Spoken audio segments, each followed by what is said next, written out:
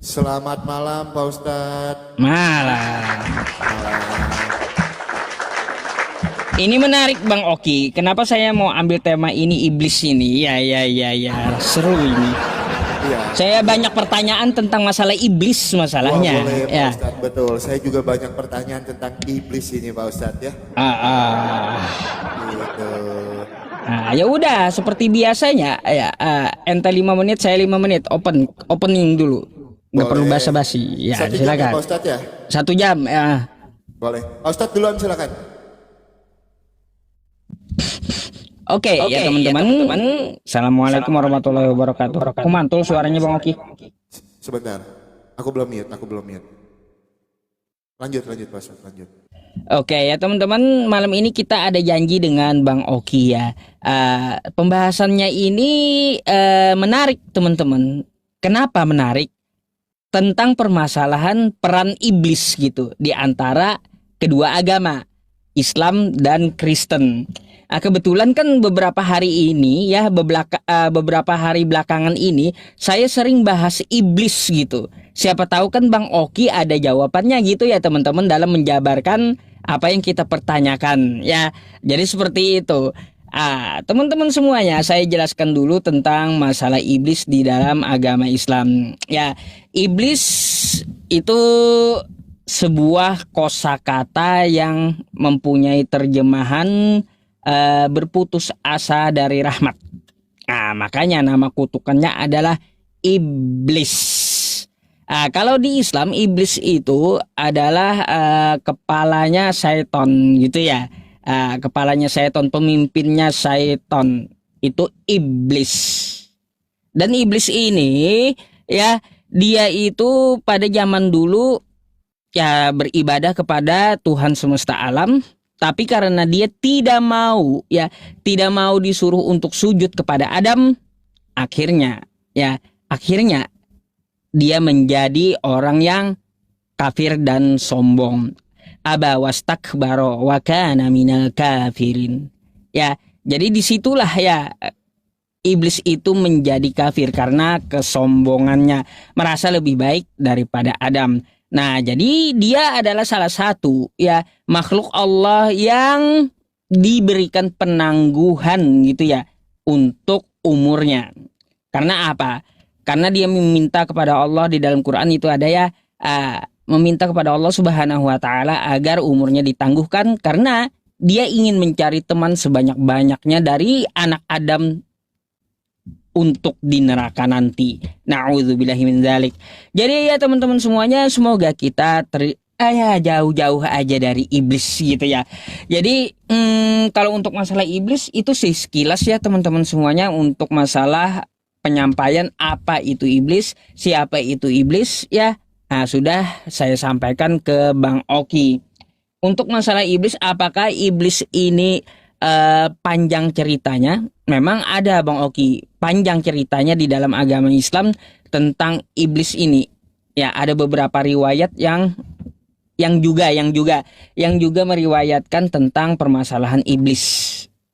Tapi ya, yang fundamentalnya sudah saya sampaikan kepada Anda, bahwa iblis itu adalah makhluk pembangkang yang ketika disuruh oleh Allah sujud kepada Adam, dia tidak mau bersujud. Karena apa? Dia merasa dirinya lebih mulia daripada Adam. Makanya teman-teman semuanya ya, konsep ana khairum minkum, aku lebih baik daripada kamu, itu konsepnya iblis loh ya. Merasa dirinya lebih baik daripada orang lain ya. Ana khairum minkum, itu konsepnya iblis. Jadi hindari konsep seperti itu. Kita ini manusia ya teman-teman, semua derajatnya itu sama ya, hanya takwa yang membedakan. Nah, jadi untuk iblis ini ya Bang Oki, iblis ini adalah ya musuh yang nyata di dalam agama Islam. Musuh yang nyata di dalam agama Islam. Iblis ini dibantu syaitan untuk apa? Untuk membisikkan, menggoda anak Adam di seluruh dunia ini untuk berbuat maksiat. Agar apa? Sebanyak-banyaknya anak Adam ini biar masuk neraka bersama dia. Ya, jangan mau kayak gitu ya teman-teman. Jadi seperti itu. Nah, berkaitan tentang masalah dalil ya, dalilnya ada kita baca di dalam Quran surah Al-Baqarah ayat 30 ya. Di situ ada dalil tentang masalah penciptaan Nabi Adam yang mana iblis membangkang di situ. Baik, ada juga di dalam Quran surah Al-Kahfi ayat 50 ya. Di situ juga menceritakan tentang iblis. Jadi seperti itu Bang Oki sedikit ya tentang masalah iblis di dalam agama Islam.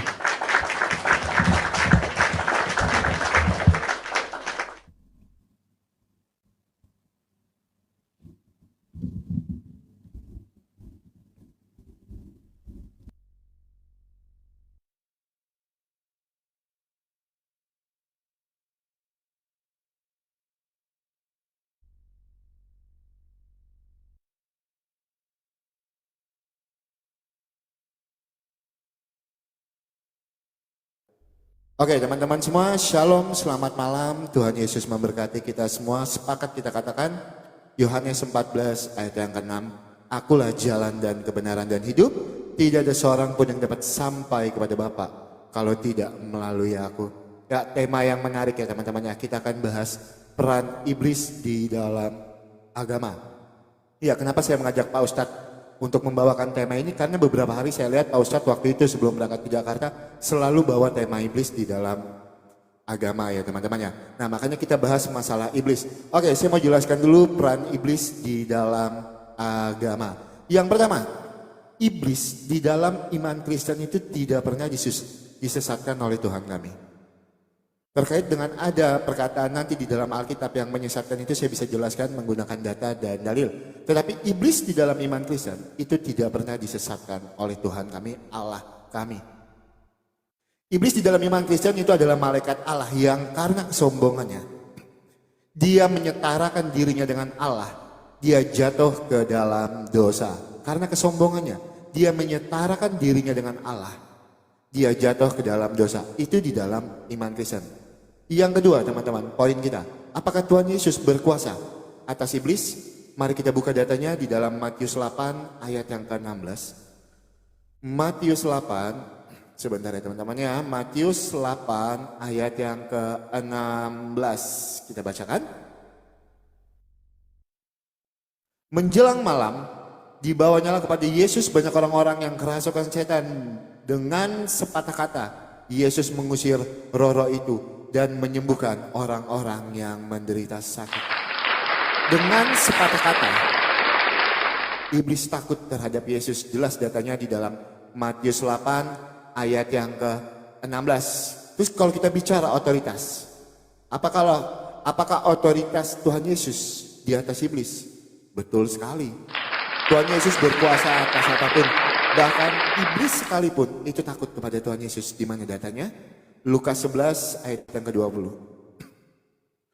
Lukas 11 ayat yang ke-20. Tetapi jika aku mengusir setan dengan kuasa Allah, maka sesungguhnya kerajaan Allah sudah datang kepadamu. Itu ayat yang menyatakan kalau Tuhan Yesus berkuasa atas apapun, bahkan iblis sekalipun. Dan yang terpenting teman-teman, apakah iblis tahu kalau Yesus ini adalah anak Allah, anak tunggal Bapa? Di mana datanya? Matius 8 ayat yang ke-29. Matius 8 ayat yang ke-29. Dan mereka itu pun berteriak katanya, apa urusanmu dengan kami, hai anak Allah? Adakah engkau kemari untuk menyiksa kami sebelum waktunya? Bahkan iblis takut. Iblis mengetahui kalau Yesus itu adalah anak Allah. Tertulis jelas ya teman-teman ya di dalam Matius 8 ayat yang ke-29. Dan mereka itu pun berteriak katanya, apakah urusanmu dengan kami, hai anak Allah? Adakah engkau kemari untuk menyiksa kami sebelum waktunya? Jadi kalau kita bicara, iblis tidak punya peran di dalam iman Kristen kecuali dalam personifikasi untuk membuat orang-orang tidak mengakui Tuhan Yesus mati disalibkan. Maka di dalam 1 Korintus 1 ayat yang 18, sebab pemberitaan salib adalah kebodohan bagi mereka yang akan binasa, tetapi suatu kebenaran bagi mereka yang akan diselamatkan. Saya tegaskan untuk yang terakhir kalinya. Iblis tidak punya peran di dalam iman Kristen kecuali dalam personifikasi untuk membuat orang tidak mengakui Yesus itu adalah jalan dan kebenaran dan hidup. Yesus datang ke dunia untuk menghapus kutuk dosa dengan cara dia mati disalibkan. Seperti yang saya sampaikan tadi datanya tertulis jelas di dalam 1 Korintus 1 ayat yang 18. Sebab pemberitaan salib adalah kebodohan bagi mereka yang akan binasa. Tetapi suatu kebenaran bagi mereka yang akan diselamatkan. Makanya banyak orang yang tidak mengakui Yesus itu mati disalibkan. Itu adalah pekerjaan iblis. Ya teman-teman ya. Teman-teman Kristen, kencengin tap-tap layarnya. Di-share-share ulang, di-posting-posting ulang teman-teman. Biar semakin banyak orang-orang yang terberkati. Silakan Pak Ustaz. Oke. Posting ulang lagi ya teman-teman.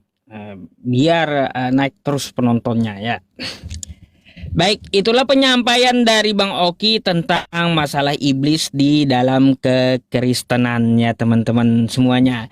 Nah, tuh Bang Oki tahu sendiri ya, tahu sendiri beberapa belakangan terakhir saya sering membahas iblis ya, karena saya pengen keterangan yang lebih lanjut tentang iblis ini, apa perannya di dalam kekristenan. Maka dari itu saya mengawali dari pertanyaan nih. Saya bukakan datanya ya. Bang Oki, 1 Timotius 5 nomor 15 ya. Saya baca, karena beberapa janda telah tersesat mengikuti iblis. Janda ikut iblis gitu. Maksudnya janda ikut iblis apa, janda ikut iblis? Saya mau tahu dulu apa sih ya maksudnya janda ikut iblis gitu, mengikuti iblis. Karena itu karena itu aku mau supaya janda-janda yang muda kawin lagi, beroleh anak, memimpin rumah tangganya, dan jangan memberi alasan kepada lawan untuk memburuk-burukkan nama kita. Kayak gitu. Habis itu karena beberapa janda telah tersesat mengikut iblis. Maksudnya iblis ini ngajak ngapain sama janda gitu loh. saya heran, Bang Oki, ngapain ini? Apakah iblis goda janda atau kayak gimana?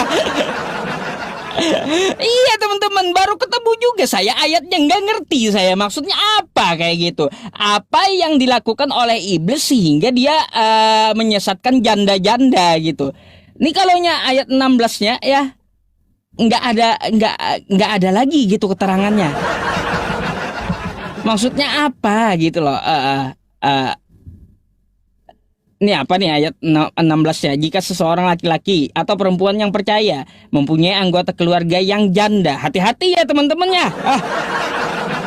Jangan-jangan nih teman-teman semuanya ya yang di bawah punya keluarga yang janda, ntar diembat iblis pula menurut kitab Bang Oki. Jadi Bang Oki ya, pertanyaan saya mengenai iblis ini dulu. Saya betul-betul kagak ngerti kenapa ini iblis demen dengan janda gitu ya. Heran saya, bukan cuma laki-laki aja gitu demen dengan janda. Rupanya iblis pun demen juga dengan janda nih. Sampai-sampai janda sesat ya karena mengikuti iblis. Ini apa maksudnya gitu loh. 1 Timotius 5 nomor 15. Jadi seperti itu aja Bang Oki ya pertanyaan saya. Tolong itu nanti dijawab. Saya mau bernarasi dulu dalam 2 menit ini teman-teman. Saya tadi banyak mempelajari tentang masalah iblis ini ya. Contoh ya, tadi saya tuh sudah tanyakan satu kepada Bang Oki ya. Kenapa iblis demen dengan janda kan gitu ya. Ini apa sih iblis ini sih? Apa pula tahu juga iblis sama janda rupanya teman-teman. Masya Allah, ada ya. Ya teman-teman semua ya, iblis kok tahu dengan janda ya. Aduh. Terus ada juga tadi ya Tapi nanti dah, itu nggak saya bongkar dah, kayaknya bonus buat Bang Oki. Karena banyak tuh, 1, 2, 3, 4, 5, 6, 7 tentang iblis tuh saya tanyakan ya. Saya susun dulu, saya mau denger dulu pertanyaannya ya, jawabannya tentang masalah janda gimana ya, gitu ya. Ini iblis, aduh ngaco juga iblis ini Bang ya. Kitab kau ini ya iblisnya suka janda Bang ya. Sehingga apa banyak janda ikut iblis tuh ya, sesat dia. Aduh, iya aneh loh, saya aja kaget. Kok iblis demen ini dengan janda? Kayak gimana? Astagfirullah, ini ayat. Ya udah nanti tanyain aja sama Bang Oki kayak gimana jawabannya. Silakan Bang Oki dijelaskan apa yang dimaksud dengan janda mengikuti iblis ya. Silakan, janda mengikuti iblis. Hati-hati loh teman-teman ya kalau punya keluarga janda ya. Aduh.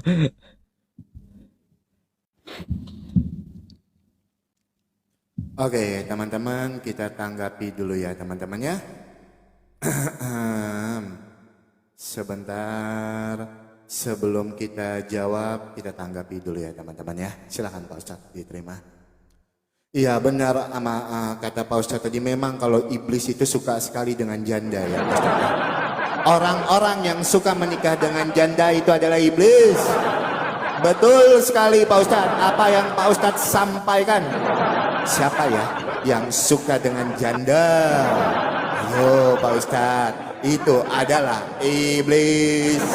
Terima kasih Pak Ustadz Yusufi. Mari kita jawab teman-teman. Ayo siapa yang banyak menikah dengan janda? Ayo Pak Ustadz. Ya teman-teman ya, kita jawab dulu teman-teman Kristen. Kencengin tap-tap layarnya. Karena beberapa janda, ini bukan semua janda Pak Ustadz. Kan tertulis Pak Ustadz, karena beberapa janda telah tersesat mengikuti iblis. Janda-janda yang tersesat mengikuti iblis ini Pak Ustadz, dia yang senang dengan kehidupan duniawi. Ini bukan semua janda Pak Ustadz. Ini kan tulisannya beberapa Pak Ustadz.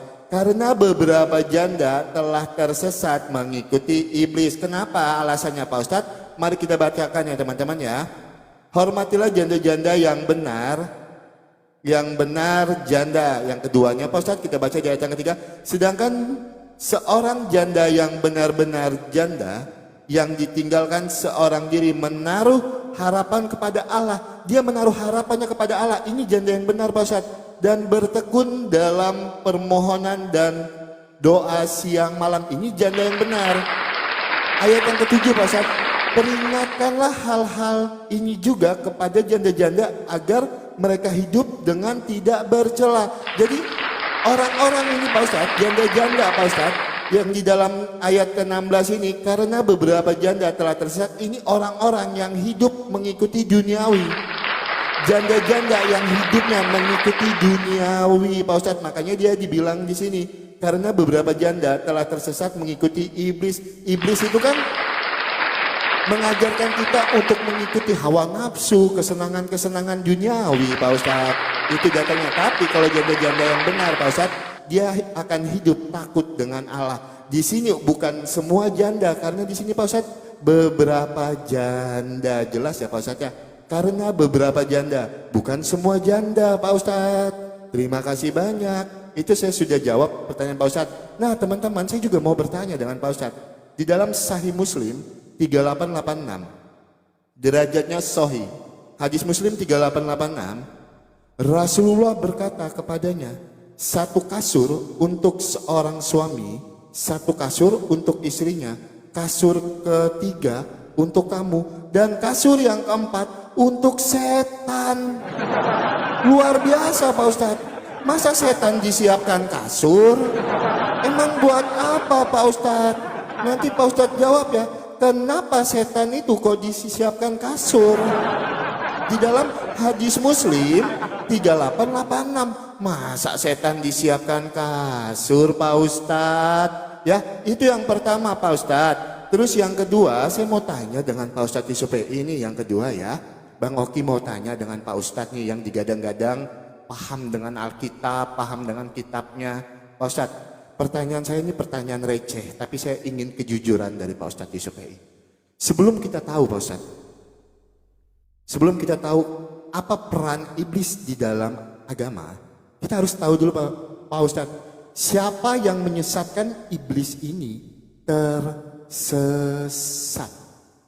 Pertanyaan saya dengan Pak Ustadz Yusuf PI, siapa yang menyesatkan iblis di dalam iman Pak Ustadz Yusuf PI? Ya, jadi di dalam hadis Muslim 3886 saya tidak bertanya, tapi saya cuma menunjukkan data Pak Ustadz. Kok iblis itu disiapkan kasur untuk apa? Emang iblisnya mau tidur-tiduran gitu di kasur, ya kan, sampai disiapin kasur segala. Kalau di Kalimantan ini Pak Ustadz, mungkin Pak Ustadz tahu ya, orang-orang yang disiapkan kasur itu misalnya ada keluarga datang, disiapkan kasur untuk tidur di kamar. Ini kok iblis disiapkan kasur. Saya bingung Pak Ustadz Yusuf PI ya. Itu yang pertama. Dan yang kedua Pak Ustadz, saya juga mau bertanya dengan Pak Ustadz Yusuf PI ini.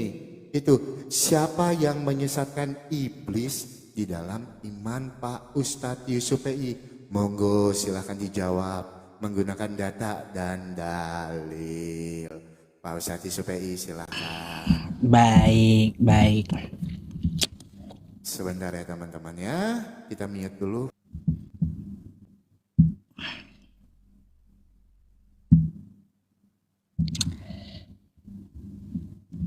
Oke ya teman-teman semuanya, saya mau nyeletuk dulu. Iya, ini iblis demen dengan janda.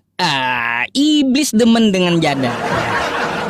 Demen banget. Makanya apa? Diculik aja tuh beberapa janda kan tanpa dikawini. Ya. Lebih baik apa ya? Lebih baik diambil lah jadi istri. Ngapain ya? Diserahkan kepada iblis itu janda. Kayak gimana? Syukur-syukur Nabi kami ya sah gitu ya. Beliau memelihara banyak istri beliau janda kan kayak gitu ya. Tuh istri Nabi kami diambil dari janda-janda untuk dinikahi. Ini apa? Iblis ngambil janda buat disesatkan. Apa? Karena sebab beberapa janda telah sesat gara-gara iblis ya. Tiwa ya, siapa suruh iblis iblis kan dia bukan manusia, nggak bisa nikahin janda dia ya. Kayak gitu. Nah, berkaitan tentang masalah siapa yang menyesatkan iblis kata Bang Oki. Ini saya ke inti poinnya aja ya langsung ya. Iblis itu sesat apakah karena Allah? Jawabannya bukan. Saya tahu arah Bang Oki ya. Karena udah sering saya bahas ini dulu semenjak dulu. Apa yang membuat iblis itu menjadi tersesat? Saya bukakan ayatnya. Nih ya. Dalam Quran surah Al-Baqarah ya.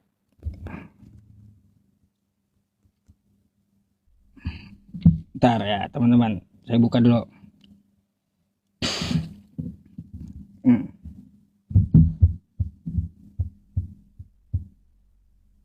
Nih ya.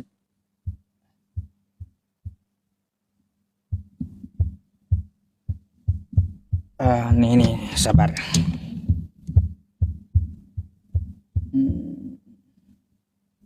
Nih ya teman-teman. Di sini cerita tentang iblis. Nah ya.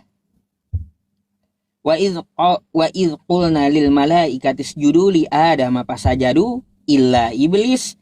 Apa yang membuat dia itu jadi tersesat? Aba wastakbara wa kana minal kafirin. Bukan Ustadz, cuma hanya menjadi sesat. Maaf saya potong Pak Ustadz. Al-Baqarah berapa Pak Ustadz? Maaf. 34 ya. Oke. Jadi yang membuat dia menjadi kafir dan tersesat itu karena apa? Aba wastakbar. Gara-gara kesombongannya. Dia merasa lebih bagus daripada Adam ya, membangkang perintah Allah.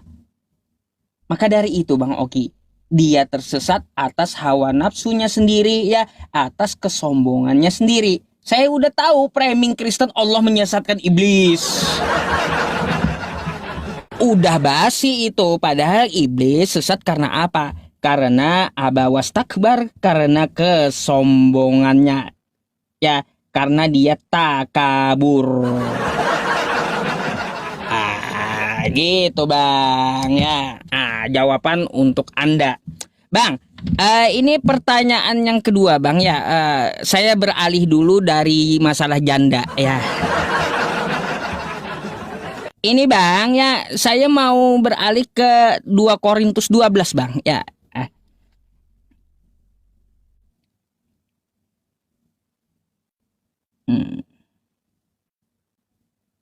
2 Korintus 12 nomor 7 coba.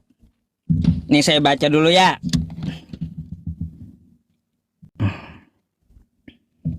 Saya bacakan buat teman-temannya. Ya. Nih 2 Korintus 12 nomor 7. Dan supaya aku jangan meninggikan diri karena pernyataan-pernyataan yang luar biasa itu, maka ya aku, nih kata Paulus ya, maka aku diberi suatu duri di dalam dagingku. Apa duri itu? Yaitu seorang utusan iblis. Untuk menggocoh aku supaya aku jangan meninggikan diri. Bang Oki, tolong jelaskan kepada saya kenapa Paulus dirasuki iblis. Silahkan ya.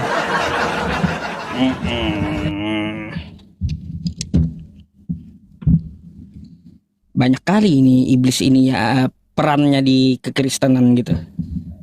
Oke teman-teman, sebelum ini mari yuk silakan. Ya kita mau tanggapi dulu, ini ayat yang sudah lama sekali dibawa ya teman-temannya, dan ini udah berulang kali juga saya jelaskan ya. 2 Korintus 12 ayat yang ke-7 kita bacakan dulu ya.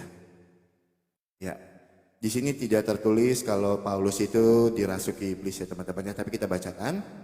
2 Korintus 12 ayat yang ke-7, dan supaya aku jangan meninggikan diri karena pernyataan-pernyataan yang luar biasa itu, maka aku diberi suatu duri dalam dagingku, yaitu seorang utusan iblis untuk mengocoh aku supaya aku jangan meninggikan diriku. Duri dalam daging di sini yang dimaksud Pak Ustaz, orang-orang yang mengganggu pelayanan Paulus untuk memberitakan kebenaran, orang-orang yang memfitnah pelayanan Paulus, makanya itu disebutkan dalam daging. Kalau kita lihat Pak Ustaz, kekhawatiran Paulus ada di ayat ininya, tuduhan-tuduhan terhadap Paulus.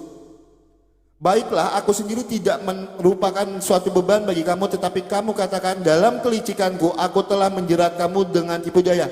Ini adalah duri dalam daging, orang-orang yang mengganggu pelayanan Rasul Paulus. Makanya kalau kita lihat perikop selanjutnya itu Pak Ustadz, itu berbicara tentang hal kekhawatiran Paulus. Jadi duri dalam daging yang dimaksud di dalam 2 Korintus 12 ayat yang ke-7 ini orang-orang yang mengganggu pelayanan Paulus dalam memberitakan kebenaran Pak Ustadz. Makanya banyak orang-orang yang memfitnah Rasul Paulus, seperti di ayat ke-16, baiklah aku sendiri tidak merupakan suatu beban bagi kamu, tetapi kamu katakan dalam kelicikanku aku telah menjerat kamu dengan tipu daya. Ya Pak Ustadz ya, ini adalah kekhawatiran Paulus ketika dia menyampaikan kebenaran. Banyak orang-orang yang memfitnah Rasul Paulus, datanya jelas, itu yang dimaksud duri dalam daging. Oh ya Pak Ustadz, ngomong-ngomong tadi setan disiapkan kasur itu kok nggak ditanggapin ya Pak Ustadz? Kenapa di dalam hadis yang sahih setan itu disiapkan kasur Pak Ustadz? Buat apa? Itu ya Pak Ustadz ya. Itu yang pertama. Terus yang kedua teman-teman, saya mau bawakan lagi satu data di dalam Sahih Muslim. Masih banyak waktu ya. Sebentar teman-teman. Sahih Muslim 5035, derajatnya sahih. Aku mau bacakan ya teman-teman ya. Nabi telah menceritakan kepadanya bahwa Rasulullah keluar dari kediamannya pada suatu malam. Aisyah berkata, aku merasa cemburu pada beliau. Lalu beliau datang dan aku melihat yang beliau lakukan. Beliau bertanya, kau kenapa wahai Aisyah? Aku menjawab, orang sepertiku mengapa tidak menyemburui orang seperti Tuhan? Rasulullah bersabda, apa setanmu mendatangimu? Aisyah bertanya, wahai Rasulullah, apakah ada setan menyertaiku? Beliau menjawab, ya. Aisyah bertanya, juga menyertai semua manusia. Jadi setan juga menyertai kalian Pak Ustadz di sini, menyertai manusia. Di dalam hadis Muslim 5035. Ya, ketika saya bertanya dengan Pak Ustadz jawab menggunakan Al-Baqarah 34. Sebentar teman-teman. Oke. Yang saya tanya, siapa yang menyesatkan iblis Pak Ustadz? Ingatlah ketika kami berfirman kepada para malaikat, sujudlah kepada Adam, maka mereka pun sujud kecuali iblis. Ia menolaknya dan menyombongkan diri, dan ia termasuk golongan kafir. Pak Ustadz, saya tidak pernah memframing iman Pak Ustadz. Yang saya mau tanya dengan Pak Ustadz, kejujuran Pak Ustadz, yang saya tanya, siapa yang menyesatkan iblis di dalam iman Pak Ustadz? Kalau memang yang menyesatkan itu adalah hawa nafsu dan kesombongan Pak Ustadz, di mana di sini tertulis kalau iblis itu disesatkan oleh kesombongan Pak Ustadz? Ia menolaknya dan menyombongkan diri, dan ia termasuk golongan kafir. Saya minta jawaban Pak Ustadz menggunakan data dan dalil sebelum saya yang menunjukkan data kepada Pak Ustadz di dalam kitab Pak Ustadz nanti. Siapa yang menyesatkan iblis di dalam iman Pak Ustadz? Silakan Pak Ustadz tunjukkan data dan dalilnya. Itu yang pertama.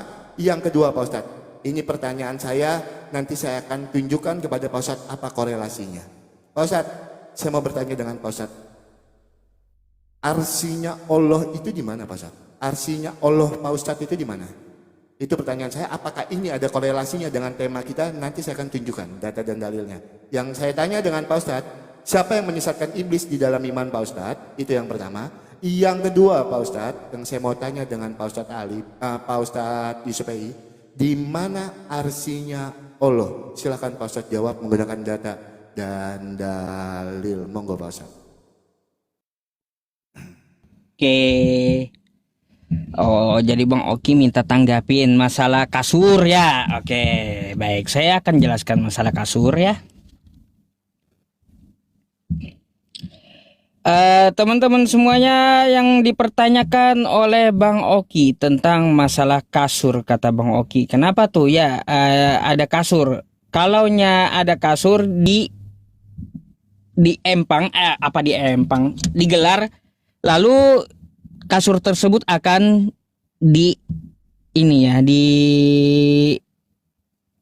ditiduri oleh setan. Ini penjelasannya Bang Oki nih. Ya. Nih, ya putar dulu. Ini kan yang Anda bawa ya. Dari Jabir radhiyallahu an bahwasanya Rasulullah shallallahu alaihi wasallam bersabda, kasur ya dalam suatu rumah adalah milik seseorang yang menghuninya. Oke? Milik istrinya. Yang ketiga adalah untuk tamunya, dan keempat adalah milik setan. Oke? Hadis riwayat 2008. Lalu Imam Nawawi ya, ulama kami bagaimana menjelaskannya? Apa yang dimaksud kasur itu? Ya, ditiduri oleh setan, yaitu kasur yang digelar ya, tapi tidak ditiduri gitu. Dibiarkan begitu saja, nggak ada yang nidurin kasur itu. Jadi buang-buang tempat gitu ya. Buang-buang tempat ya, maka apa? Daripada nanti jadi sarang nyamuk ya di bawah kasurnya, setan ikut tidur di atasnya, nggak usah lah gelar kasur berlebihan. Itu maksudnya ya. Oke? Tuh ya. Nah, kalau kita lihat ya teman-teman yang lain ya nih. Dari Al-Qursi berkata, Ubay telah menceritakan kepada kami, Hasim bin Ismail bin Ubay menceritakan kepada kami ya apa? Tak ada satu kasur yang punya yang tergelar ya, tak ada satu kasur punya yang tergelar dalam suatu rumah yang juga tidak ditiduri oleh seorang manusia, maka setan akan tidur di atas kasur tersebut. Tuh ya. Ya, jadi seperti itu. Nah, berkaitan tentang masalah siapa yang menyesatkan, saya udah tahu lama Allah karena kau menghukumku tersesat, kan itu mau Bang Oki ya. Ayatnya kan ketika iblis berbicara dengan Allah Subhanahu wa taala, karena engkau menghukumku tersesat ya. Kenapa dia dihukumi tersesat? Karena dia membangkang perintah sujud kepada Adam. Makanya kan udah dibilang aba wastakbara wa kana minal kafirin. Karena kesombongannya lah dia menjadi kafir gitu. Karena kesombongannya dia menjadi sesat. Kan kayak gitu ya teman-teman. Nanti bawa ayat yang lain. Karena kamu memponis saya telah menjadi sesat. Saya tahu dalilnya. Udah dijawab itu semenjak dulu. Karena apa? Ya, yang menyesatkan iblis itu bukan Allah, tapi kesombongannya sendiri yang diperintahkan untuk sujud kepada Adam, dia tidak mau. Disitulah dia yang melawan Tuhan, melawan Allah Subhanahu wa taala dan diponis sesat gitu. Karena apa? Siapa lagi yang mau disembah iblis? Kalau Tuhan aja udah tidak ridho dengan dia. Kan kayak gitu. Maka iblis dihukumi sesat karena aba wastakbara, karena kesombongannya, wa kana minal kafirin. Bukan cuma menjadi ini dia tersesat, tapi juga menjadi kafir. Quran surah Al-Baqarah ayat 34. Mudah itu ya jawabnya kasur tadi ya. Jangan biarkan kasur di rumah Anda kosong tanpa ditiduri gitu ya. Buang-buang aja gitu, buang-buang tempat. Lebih baik dilipat aja kasurnya. Itu maksudnya ya. Ada hal baik, ada adab yang baik di dalam rumah gitu ya, agar tidak makan tempat juga. Islam itu ya sempurna teman-teman semuanya. Karena apa? Ya, perabotan di dalam rumah pun diatur gitu Bang Oki. Islam itu diatur oleh agama hidupnya. Bagaimana beragama Islam dengan kafah. Baik Bang Oki, ya saya tidak akan mengulangi pertanyaan dan saya akan memberikan pertanyaan baru 20 detik ini. Ya, nih 1 Korintus 5 nomor 5. Oke. Orang itu harus kita serahkan dalam nama Tuhan Yesus kepada iblis. Ini kenapa diserahkan ke iblis? Apakah Tuhan kerjasama dengan iblis atau gimana? Ya, orang itu harus kita serahkan dalam nama Tuhan Yesus. Kenapa harus iblis terus sih? Ya, gitu. Sebentar. Korintus 5 nomor 5. Oke, sebentar dulu. Oke, arsinya Allah tadi belum dijawab ya Pak Ustadz ya? Belum, gak sempat waktunya. Nanti Oke, saya tinggal dulu. Oke, siap. Nanti ngulang dulu. Oke, teman-teman. Ya, kita jawab ya teman-teman ya pertanyaan Pak Ustadz Yusuf PI. Teman-teman sebentar. Orang itu harus kita serahkan dalam nama Tuhan Yesus kepada iblis sehingga binasa tubuhnya agar rohnya diselamatkan pada hari Tuhan. Ya Pak Ustadz, betul di sini Pak Ustadz. Orang-orang yang tidak, kalau kita lihat, kita baca dulu perikopnya, dosa dalam jemaat. Nah, orang-orang yang tidak mengikuti ajaran Tuhan Yesus Pak Ustadz, dia akan diserahkan kepada iblis agar apa Pak Ustadz? Agar dia diselamatkan rohnya Pak Ustadz. Yang diserahkan itu tubuhnya Pak Ustadz, bukan rohnya. Ya, ini tertulisnya jelas, tidak ada yang salah dengan ayat ini. Orang itu harus kita serahkan dalam nama Tuhan Yesus kepada iblis sehingga binasa tubuhnya agar rohnya diselamatkan pada hari kebangkitan Tuhan. Jelas Pak Ustadz? Ya. Jadi bukan berarti di sini Pak Ustadz peran iblis itu berperan di dalam agama Kristen. Enggak, Pak Ustadz, karena apa? Upah dosa ialah maut. Orang-orang yang mengikuti iblis dia akan mati di dalam kebinasan. Tetapi orang-orang yang menerima Tuhan Yesus sebagai Tuhan dan Juru Selamat, maka dia akan memperoleh hidup yang kekal.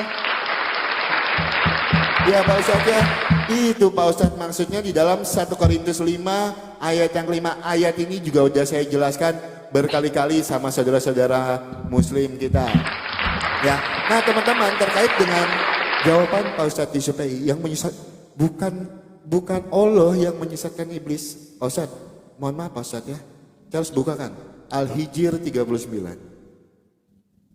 Iya, iblis berkata, Tuhanku, karena engkau telah menyesatkanku. Siapa yang menyesatkan di sini Pak Ustadz? Ini iblis sendiri berkata Pak Ustadz. Iya, iblis berkata, Tuhanku, karena engkau telah menyesatkanku. Sungguh aku akan menjadi kejahatan terasa indah bagi mereka di bumi dan di surga, dan aku akan menyesatkan mereka semua. Di sini siapa tertulisnya Pak Ustaz? Saya tidak premium. Saya tidak menambah-nambahkan apa yang tertulis, dan saya tidak mengurang-urangi apa yang tertulis Pak Ustaz. Saya cuma membacakan yang tertulis. Di sini tertulisnya di dalam Al-Hijr Pak Ustaz. Al-Hijr ayat yang ke-39. Jelas dikatakan Pak Ustaz. Di sini siapa yang menyesatkan? Di dalam Al-Hijr ini Pak Ustaz. Ya, nanti silakan Pak Ustaz tanggapi. Apakah kesombongan di sini? Iya, iblis berkata, karena kesombongan aku tersesat. Gitu kan enggak. Di sini tertulisnya, iya, iblis berkata, Tuhanku, karena engkau telah menyesatkanku, sungguh aku akan menjadikan kejahatan terasa indah bagi mereka di bumi, dan sungguh aku akan menyesatkan mereka semua. Itu. Nah, terkait dengan bantahan Pak Ustadz di dalam hadis Muslim 3886, Muslim 3886, kita baca ya teman-temannya. Satu kasur untuk seorang suami, satu kasur untuk istrinya, kasur ketiga untuk tamu, dan kasur keempat untuk setan. Lah, untuk anaknya mana Pak Ustadz? Kalau Pak Ustadz bilang jangan berlebih-lebihan, jangan berlebih-lebihan, nggak usah gelar kasur berlebihan. Loh, kalau nggak usah gelar kasur berlebihan Pak Ustadz, di sini ada suami, di sini ada istri, ada tamu, kok untuk anaknya nggak ada? Gimana? Apakah ini gelar kasur berlebih-lebihan? Kan tidak Pak Ustadz. Ya Pak Ustadz ya, itu nanti silakan Pak Ustadz tanggapi. Di sini tertulis jelas, satu kasur untuk seorang suami, satu kasur untuk istrinya, kasur ketiga untuk tamu, dan kasur keempat untuk setan. Pak Ustadz, itu jawaban Pak Ustadz. Saya tulis tadi, nggak usah gelar kasur berlebihan. Jadi agama Islam itu bahkan sampai kasur aja itu diatur, kata Pak Ustadz Disupe. Ya sudahlah, tidak apa-apa teman-teman ya. Enggak apa-apa guys, itu kan iman Pak Ustadz Disupe. Kita tidak boleh memaksakan teman-teman, itu iman Pak Ustadz. Oke, tapi yang saya mau tanya dengan Pak Ustadz ya, arsinya Allah itu di mana? Saya akan tinggalkan hadis Muslim itu, tapi kalau Pak Ustadz ingin menanggapi silahkan nanti Pak Ustadz tanggapi. Tapi saya akan lanjut ke pertanyaan berikutnya. Arsinya Allah itu di mana Pak Ustadz? Apakah saya udah tahu itu? Ya silakan kalau Pak Ustadz udah tahu ya. Pak Ustadz masih waktu saya sebelumnya tapi. Udah tahu, karena tujuannya kemana teman-teman? Di dalam otak saya Bang Oki itu, arsy Allah itu di atas air kan kayak gitu ya. Tapi iblis ya juga bersemayam di air, maunya disamakan gitu di laut. Udah tahu saya ya, itu pertanyaan ecek-ecek bagi saya Bang Oki ya. Kagak usah kau keluarkan, udah saya bahas itu sejak zaman bahula ya.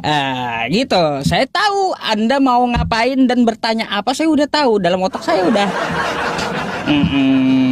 Pengalaman banyak saya. Terus untuk masalah arsy ya, Bang Oki adalah makhluk Allah yang paling besar ya. Banyak sih kalau kita melihat dalil-dalil tentang masalah arsy gitu ya. Banyak. Bang Oki bisa posisinya berada di bawah Lauhul Mahfuz gitu. Di antara langit ketujuh. Kan kayak gitu. Jadi seperti itu. Coba kita kasih kesempatan Bang Oki nanti untuk bertanya. Ada apa dengan masalah arsy gitu ya. Nih, letak arsy sudah saya katakan ya. Adanya di bawah Lauhul Mahfuz, di atas langit ketujuh. Tuh. Oke ya. Udah tuh untuk masalah arsy. Ya, terkait masalah yang lainnya ya teman-teman semuanya, dari jawaban Bang Oki, iya itu dia dosa dalam jemaat. Tapi diserahkannya kenapa dengan iblis jasadnya itu loh ya. Itu yang kita tanyakan. Buat apa diserahkan kepada iblis itu? Ya jasadnya yang berbuat dosa tadi, apa mau dijadiin tumbal oleh iblis atau kayak gimana?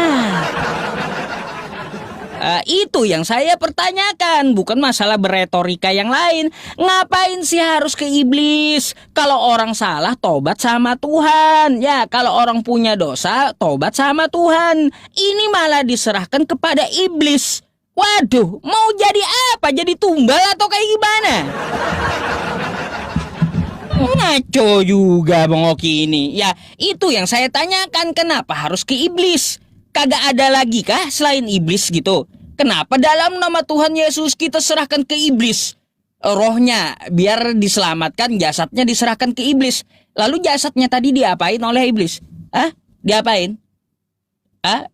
Jadikan tumbal? Itu yang saya tanya, bukan putar sana putar sini ya Bang Oki. Coba jelaskan lagi ya tentang masalah kenapa harus ke iblis gitu loh diserahkannya. Ya, kenapa harus ke iblis? Terus berkaitan tentang masalah kasur tadi ya teman-teman, saya tanggapi sedikit ya. Jangan berlebih-lebihan di dalam agama. Kata Bang Oki ya, ini agamanya Ustadz Yusuf diatur sampai perabotan. Ya betul. Karena apa? Namanya aja agama. Tidak gama kacau. Sampai ke dalam rumah itu nggak boleh kacau gitu ya. Diatur oleh agamanya gitu. Kan agama itu menuntun kita dari segi seluruh aspek dalam kehidupan kita. Kan kayak gitu. Itu namanya agama. Ya, masalah perabotan no problem Bang Oki ya. Jadi seperti itu ya tanggapan saya. Yang saya heran masih dari jawaban Bang Oki itu, saya masih bingung Bang. Kenapa harus ke iblis gitu? Kenapa enggak ke anak buahnya Yesus kayak gitu ya? Kenapa tujuannya itu harus ke iblis? Itu yang saya tanya. Apakah mau dijadikan tumbal oleh iblis? Atau kayak gimana? Karena apa? Setahu saya Bang ya, orang yang diserahkan, contoh ke dukun. Dukun tuh ya, dukun. Dia minta tumbal. Kayak gitu. Ajaran sesat kayak gitu. Ya. Minta tumbal. Jadi itu Bang Oki. Mungkin apa lagi? Saya ingatkan saya kalau lupa. Apa lagi? Kayaknya udah saya tanggapi semua ya. Oke, Bang Oki, ini saya mau tambah satu pertanyaan ya. Satu pertanyaan sama Bang Oki. Nih.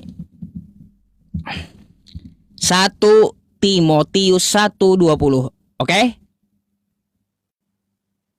Baca dulu. Di antaranya Himenius dan Alexander yang telah kuserahkan kepada iblis. Lagi-lagi iblis. Ya. Ini tren kali ini iblis ini ya, banyak kali seserahannya gitu. Supaya jerak mereka menghujat. Kenapa orang menghujat supaya dikasih jerak harus kepada iblis diserahkannya? Bingung saya, coba jelaskan kenapa harus ke iblis melulu sih gitu loh ya. Tolong dah. Oke, sebentar ya Pak Ustadz ya, sebentar dulu. Pak Ustadz, sebentar. Oke teman-teman, kita mau tanggapi dulu ya teman-teman. Kita tanggapi masalah kenapa tubuhnya diserahkan kepada iblis. Pak Ustadz, dari tadi saya sampaikan kepada Pak Ustadz ya. Dari tadi saya sampaikan kepada Pak Ustadz Yusuf PI. Pak Ustadz, orang-orang yang tidak menerima Yesus sebagai Tuhan dan Juru Selamat itu dia akan mati di dalam kebinasaan, Pak Ustadz. Yang binasa itu adalah tubuhnya, tidak dengan rohnya, Pak Ustadz. Makanya yang binasa itu tubuhnya. Karena apa? Dia mengikuti iblis dan silakan kepada iblis. Dia mati di dalam kebinasaan. Tetapi rohnya tidak, Pak Ustadz. Itu. Ya Pak Ustadz, ya, makanya di situ tertulisnya Pak Ustadz, tubuhnya diserahkan kepada iblis. Karena apa? Dia mati di dalam kebinasaan karena dia tidak hidup seturut dan sekehendak dengan firman Tuhan. Tetapi rohnya nanti Pak Ustadz akan diangkat dan diampuni. Kan tertulis di ayat di paragraf berikutnya itu Pak Ustadz ya. Itu yang pertama. Terus yang kedua, di antara Himenius dan Alexander yang telah kuserahkan kepada iblis supaya jerak mereka menghujat. Betul Pak Ustadz. Orang-orang yang menghujat itu Pak Ustadz, dia diserahkan kepada iblis supaya dia jerak. Kenapa Pak Ustadz? Supaya dia mati di dalam kebinasaan. Nah, berbeda dengan ini Pak Ustadz. Sebentar saya tunjukkan ya. Kalau di tempat kami Pak Ustadz, orang-orang yang menghujat itu Pak Ustadz diserahkan kepada iblis. Tetapi ada, sebentar saya tunjukkan datanya. Saya tunjukkan dulu datanya teman-teman ya. 17898. Oke. Ya, kita bacakan ya teman-teman ya.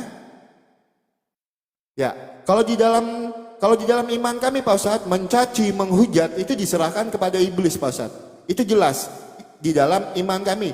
Nah, tetapi di dalam hadis Ahmad 17898, saya bacakan hadis Ahmad 17898 telah menceritakan kepada kami, Yahya bin Adam telah menceritakan kepada kami, Israel dan Abu Ishaq dari Al-Baras bin Ajib. Ia berkata, Rasulullah Shallallahu Alaihi Wasallam bersabda kepada Hasan bin Sabit, cacilah kaum musyrikin itu dengan syairmu karena Roh Kudus besertamu. Kalau di dalam iman Pak Ustadz, orang yang mencaci itu apa? Roh Kudus besertanya. Cacilah kaum musyrikin itu dengan syairmu karena Roh Kudus besertamu. Kalau di dalam iman kami Pak Ustadz, orang-orang yang menghujat itu diserahkan kepada iblis karena dia tidak hidup seturut dan sekendak dengan firman Tuhan, maka diserahkan kepada iblis. Berbeda dengan sini Pak Ustadz, cacilah kaum musyrikin itu dengan syairmu karena Roh Kudus besertamu. Roh Kudus beserta orang yang mencaci. Gimana itu Pak Ustadz? Gimana itu menurut Pak Ustadz nanti? Itu gimana? Ya? Nah, terkait dengan arsi tadi Pak Ustadz, loh, Pak Ustadz sudah menjawab pertanyaan saya. Yang jadi pertanyaan saya lagi dengan Pak Ustadz, betul yang Pak Ustadz sampaikan, arsinya Allah itu di dalam Al-Quran. Sebelum itu di atas air, arsinya iblis juga di atas air. Kenapa sama Pak Ustadz? Kenapa bisa sama antara arsinya itu di atas air? Atau memang ada perbedaannya? Pak Ustadz jelaskan perbedaannya. Arsi air yang di atas arsi air iblis ini seperti ini, arsi air yang dimaksudkan untuk Allah itu ini. Nanti Pak Ustadz jelaskan ya. Itu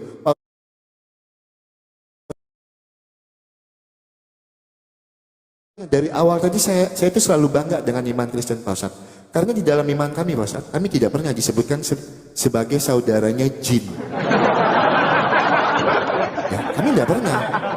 Di dalam iman Kristen, kami ini tidak pernah disebut sebagai saudaranya jin Pak Ustadz.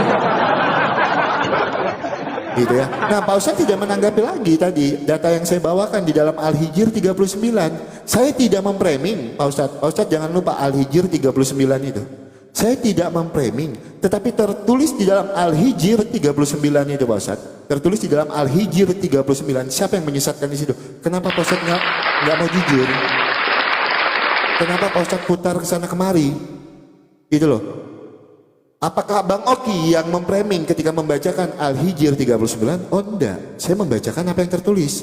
Iya, iblis berkata, karena Tuhan telah menyesatkan aku. Di situ tertulisnya seperti itu Pak Ustadz. Itu gimana? Silakan Pak Ustadz tanggapi. Oke, 1 jam. Tadi yang pertama siapa Pak Ustadz? Pak Ustadz tanggapi. Saya. Berarti habis ini saya ambil 10 menit ya Pak Ustadz? Oh, boleh. Nah, habis itu Pak Ustadz closing statement. Kan 1 jam kita. Silakan Pak Ustadz.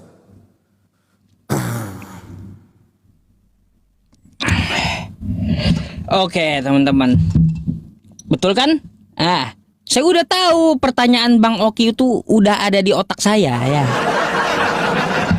Iblis katanya di atas air ya. Allah arsinya juga di atas air. Udah tahu saya itu, udah tahu ya, udah tahu. Bang Oki coba lihat Anda teksnya ya, teks Arabnya. Beda. Kalau Allah itu Ar-Rahmanu 'alal 'arsy istawa ya. Kalaunya iblis itu dengan kosakata alma. Alma yaitu laut, bukan arsi. Ya bedakan gitu ya. Bedakan alma dengan arsy. Ar-Rahmanu 'alal arsy istawa. Jadi ya Bang Oki, yang dimaksud arsy itu tidak ada di dunia. Sedangkan laut yang dimaksud ya tempat istananya iblis ada di dunia. laut gitu. Beda udah, tempatnya aja beda ya. Ini udah dari dulu teman-teman ada di otak saya jawabannya kayak gitu ya. Bang Oki sebenarnya ya kalaunya ya iblis di atas air ya di hadis kami ya iblis tuh kerajaannya di atas air, maka coba Anda buka kejadian. Roh Tuhan Anda melayang-layang di atas air. Kok sama? Coba Anda buka kejadiannya. Kenapa tuh? Roh Tuhan Anda melayang-layang di atas air. Iblis juga di atas air loh. Jangan salah ya, ya teman-teman. Enggak nyadar Bang Oki ini saya bukakan ya. Ntar ya teman-teman. Kenapa sama gitu dengan hadis kita, hadis iblis di atas air ya, ada yang melayang-layang di atas air sama. Bentar.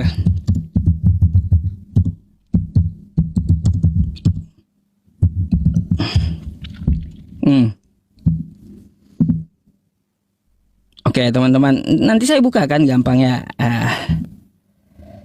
Nah ya teman-teman semuanya ya kita melihat ya di sini bahwa ya iblis itu ya dalam hadiskan yang dibawakan Bang Oki tadi ya hadis gitu ya. Ini hadisnya ya iblis itu kerajaannya ya di atas air katanya. Lalu kenapa nih ya ada yang melayang-layang di atas air ini Bang Oki? Kok sama gitu loh? Nih kejadian. Tuh ya. Nah nih. Ya, kejadian mana tadi? Nih. Mana. Nah, nih. Mana? Nih. Roh Allah melayang-layang di atas permukaan air. Bang Oki, iblis juga melayang-layang ya kerajaannya di atas permukaan air. Kalaunya arsy tadi itu jelas ya di langit ketujuh di bawah Lauhul Mahfuz. Konteksnya bukan di dunia. Nah, sedangkan di sini sama-sama di air. Kalaunya di sini tidak ada dikatakan di atas arsy tapi di atas air. Gimana dengan hadis kita yang iblis melayang-layang di atas air?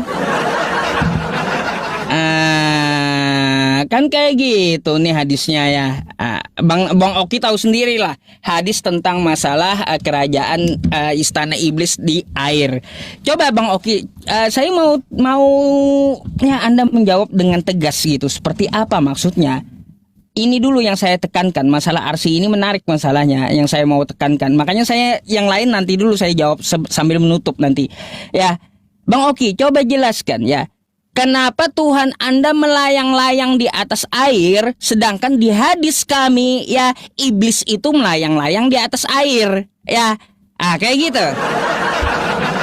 Kalau Allah Subhanahu wa Ta'ala nggak ada melayang-layang di atas arsy, nggak ada. Ar-Rahmanu 'alal 'arsy istawa, ya, dia istiwa gitu ya, istiwa atas arsy, bukan melayang-layang di air. Silakan. Saya minta itu dulu, fokus ke situ dulu. Oke teman-teman, sebentar ya. Oke Pak Ustadz, saya tanggapi dulu kejadian 1 ayat yang kedua Pak Ustadz. Ya, itulah kalau kita orang Kristen kita harus mengakui ya teman-teman ya. Ya katakan ya, tidak katakan tidak, selebihnya berasal dari setan. Kalau kita lihat Pak Ustadz, bahasa aslinya itu tidak seperti itu Pak Ustadz. Ya, sekarang saya tunjukkan Pak Ustadz, itu kurang tepat terjemahannya di dalam kejadian 1 ayat 1 sampai 2. Ini kita baca ya teman-teman ya. Kejadian 1 ayat 1 sampai 2. Bumi masih belum berbentuk dan hampa. Roh Allah melayang-layang di atas permukaan yang gelap gulita. Tapi kalau kita lihat betul apa yang Pak Ustadz sampaikan tadi Pak Ustadz, kalau di dalam terjemahan yang baru LAI itu adalah kesalahan terjemahan Pak Ustadz. Tetapi yang sebenarnya itu, bumi masih belum berbentuk dan hampa. Roh Allah melayang-layang di atas permukaan yang gelap gulita. Kejadian 1 ayat yang kedua. Ya Pak Ustadz, makanya kalau Pak Ustadz lihat di bahasa aslinya itu tidak ada air di situ Pak Ustadz. Bumi masih belum berbentuk kosong dan hampa, roh Allah melayang-layang di atas permukaan yang gelap gulita. Kejadian 1 ayat yang kedua. Kami orang Kristen, kami akui Pak Ustadz, kalau ada terjemahan yang kurang tepat, kami akan katakan, kami tidak berkelit ke sana kemari Pak Ustadz. Ya katakan ya, tidak katakan tidak, selebihnya berasal daripada si jahat. Itu yang pertama. Yang kedua Pak Ustadz bilang tadi, ya itu kan laut, bukan di arsi. Oke, sekarang saya tambahkan satu data saya untuk memperkuat dalil saya. Ya, oke Pak Ustadz. Kalau itu laut ya, oke. Kita baca Pak Ustadz. Di dalam Sahih Bukhari 3082, adapun tanda pertama hari kiamat adalah api yang muncul dan akan menggiring manusia dari timur menuju barat.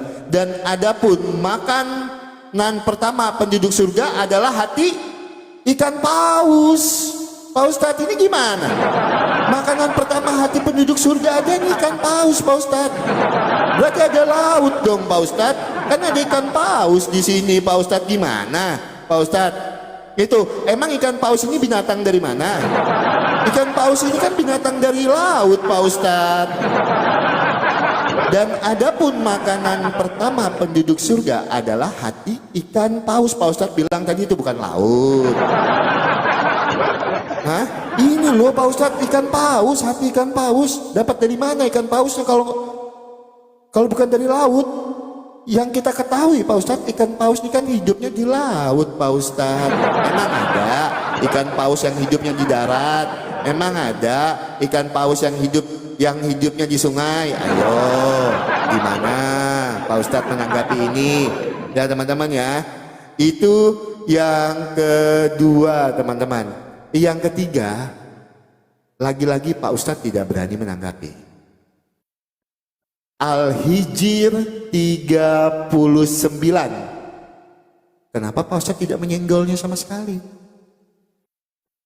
Benar nggak sih Pak Ustadz yang tertulis di dalam Al-Hijr 39 ini Pak Ustadz? Sebentar ya, Al-Hijr 39 ini benar nggak sih? Saya cuma minta ini dari Pak Ustadz. Dari tadi enggak Pak Ustadz tanggapi sama sekali. Al-Hijr 39. Teman-teman kita bacakan ulang Pak. Ya, teman-temannya. Kata Pak Ustadz kan yang menyesatkan itu hawa nafsu dan kesombongan. Terus menurut Pak Ustadz, yang saya bacakan ini salah. Kalau memang salah Pak Ustadz jawab aja. Kalau memang salah ya saya akui salah. Karena Pak Ustadz lebih paham iman Pak Ustadz dibandingkan Bang Oki toh. Iya, iblis berkata, Tuhanku, karena engkau telah menyesatkanku, sungguh aku akan menjadikan kejahatan terasa indah bagi mereka di bumi, dan sungguh aku akan menyesatkan mereka semua. Siapa yang menyesatkan di sini? Kenapa nggak Pak Ustadz tanggapi? Oh itu udah premingan lama, saya sudah tahu jawabannya. Tapi yang Pak Ustadz bawakan di dalam Al-Baqarah 34, Al-Baqarah 34 itu tidak tertulis kalau kesombongan yang menyesatkan. Kita bacakan. Ingatlah ketika kami berfirman kepada para malaikat, sujudlah kamu kepada Adam. Maka mereka pun sujud kecuali iblis. Ia menolaknya dan menyombongkan diri, dan ia termasuk golongan kafir. Di sini tidak tertulis Pak Ustadz kalau iblis itu tersesat karena kesombongannya. Tetapi kalau kita lihat, saya balik lagi ke dalam Al-Hijr 39. Al-Hijr 39. Sebentar ya teman-teman ya. Al-Hijr 39. Oke, waktu kita habis. Sebentar Bang JJ, terima kasih banyak, Tuhan berkati. Oke, kita mulai dulu. Ini waktu saya lagi ya Pak Ustadz ya, 5 menit ya. Oke Pak Ustadz, sebentar. Silakan. Diterima Pak Ustadz.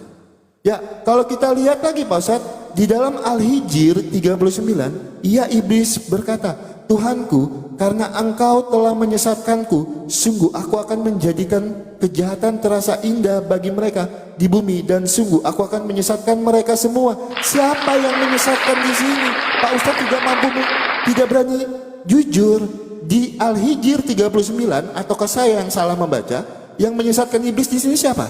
Tolong Pak Ustadz jujur. Ya, di dalam Al-Hijr 39 yang menyesatkan iblis di sini siapa? Pak Ustadz Yusuf PI. Ya, karena ini waktu closing statement saya teman-teman. Ya, jadi saya juga mau bahas ya teman-teman ya. Sebentar saya tunjukkan dulu datanya teman-teman. Saya buka dulu ya. Sebentar saya balikan dulu kamera saya. Oke, nanti Pak Ustadz tolong tanggapi dengan jujur Pak Ustadz di dalam Al-Hijr 39 dan hatikan Pak Ustadz Pak Ustadz. Kalau Pak Ustadz bilang, loh arsi di situ itu bukan merujuk kepada laut, arsinya Allah di situ bukan merujuk kepada laut. Terus hati ikan paus yang menjadi makanan penduduk hari pertama penduduk surga itu dapatnya dari mana? Karena yang kita ketahui ikan paus itu Pak Ustadz berasal dari laut. Tidak pernah ikan paus itu Pak Ustadz berasal dari darat. Tidak pernah hati ikan paus itu berasal dari sungai. Tidak pernah Pak Ustadz ya. Itu nanti Pak Ustadz tanggapi itu ya teman-teman ya. Oke, karena ini waktu kita closing statement ya. Kalau di dalam iman Kristen teman-teman, kenapa saya bangga dengan iman saya? Kenapa saya percaya Kristen itu adalah ajaran yang benar? Karena apa? Di dalam iman Kristen tidak pernah tertulis teman-teman kalau Allah yang menyesatkan iblis. Terkait nanti ada ayat yang tertulis demikian, itu bukan yang dimaksudkan teman-teman. Kita bisa pertanggungjawabkan itu menggunakan data dan dalil. Iblis di dalam iman Kristen tidak ada keuntungannya. Iblis di dalam iman Kristen tidak ada jasanya. Kecuali Pak Ustadz di dalam personifikasi dia untuk menyesatkan kita supaya tidak mengakui Tuhan Yesus itu benar-benar mati, disalibkan, maka dia ada. Gitu. Untuk apa? Untuk menyesatkan kita supaya tidak mengakui Tuhan Yesus itu benar-benar mati, disalibkan. Maka di dalam 1 Korintus 1 ayat yang ke-18, sebab pemberitaan salib adalah kebodohan bagi mereka yang akan binasa. Saya bacakan lagi di dalam Matius 8 ayat yang ke-29. Matius 8 ayat yang ke-29. Ya, teman-teman ya, kita bacakan Matius 8 ayat yang ke-29. Mereka berteriak kepadanya, apa urusanmu dengan kami, hai anak Allah?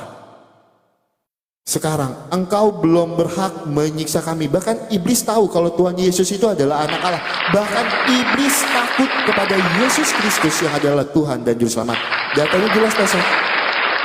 Mereka berteriak kepadanya, apa urusanmu dengan kami, hai anak Allah? Sekarang engkau belum berhak menyiksa kami. Jelas tertulis di dalam ayat Alkitab kami. Kembali saya tegaskan, iblis tidak punya peran di dalam iman Kristen, kecuali untuk menyesatkan orang-orang tidak mengakui Tuhan Yesus itu adalah jalan dan kebenaran dan hidup. Itu yang pertama, yang tertulis di dalam Yohanes 14 ayat yang ke-6.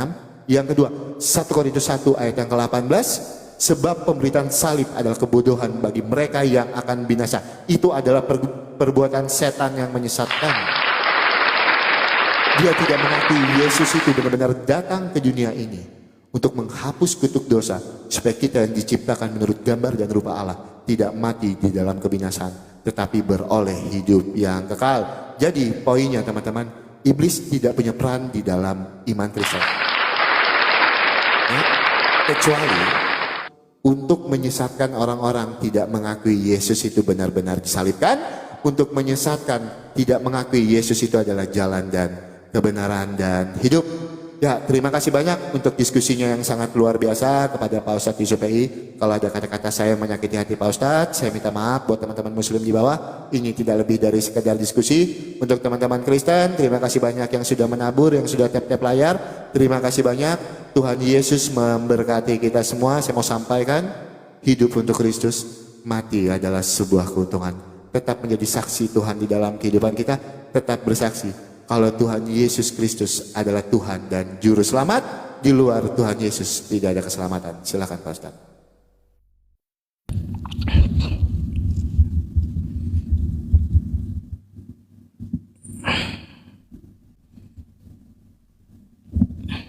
Ya teman-teman, ini adalah closing saya teman-teman ya. Saya gagal paham dengan apa yang dimaksud Bang Oki ikan paus dengan arsi gitu. Kok nggak nyambung sama sekali gitu ya. Itu aja dah tanggapan saya ya teman-teman. Waktu Bang Oki menjelaskan hati ikan paus penduduk surga dikasih makan. Terus dengan arsi tadi apa gitu? Korelasinya apa? Nggak nyambung gitu ya. Itu satu yang bikin saya gagal paham dan bingung dengan narasi Bang Oki. Bukan bete, saya dengarkan dari tadi ya. Terus tanggapannya tentang masalah nih hadis kita ya teman-teman, hadis kita ya. Nih ya, inna iblis yad'u arsyahu 'alal ma. Oke? Sesungguhnya iblis meletakkan singgasananya di atas air laut. Alma. Ya. Sedangkan Allah Subhanahu wa taala apakah alma? Bukan, arsyistawa. Ya. Lihat kalau umat terjemahan yang kagak paham, lihat aja nih ya bentuknya, bentuk Arabnya ya. Sama nggak? Sama nggak? Dengan ini. Jauh beda ya. Makanya ya yang melayang-layang di atas air itu yang dicurigai kan kayak gitu. Beda ya, beda konteks arsi dengan laut singgasana iblis. Karena laut yang dimaksud adalah di bumi kan kayak gitu. Kita melihat laut di bumi kan kayak gitu ya. Di atas langit apakah ada laut? Mana saya tahu. Aneh-aneh aja. Ya jadi seperti itu tanggapan saya dari jawaban Bang Oki ya teman-teman semuanya. Terus tadi Bang Oki katanya ada kesalahan penerjemahan, gelap gulita di situ ya.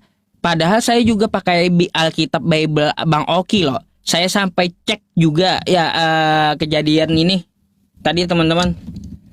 Teks aslinya yang gelap gulita itu yang didapat dari mana gitu. Itu yang sebenarnya yang jadi pertanyaan. Bentar ya. Nih. Pada mulanya Allah menciptakan langit dan bumi.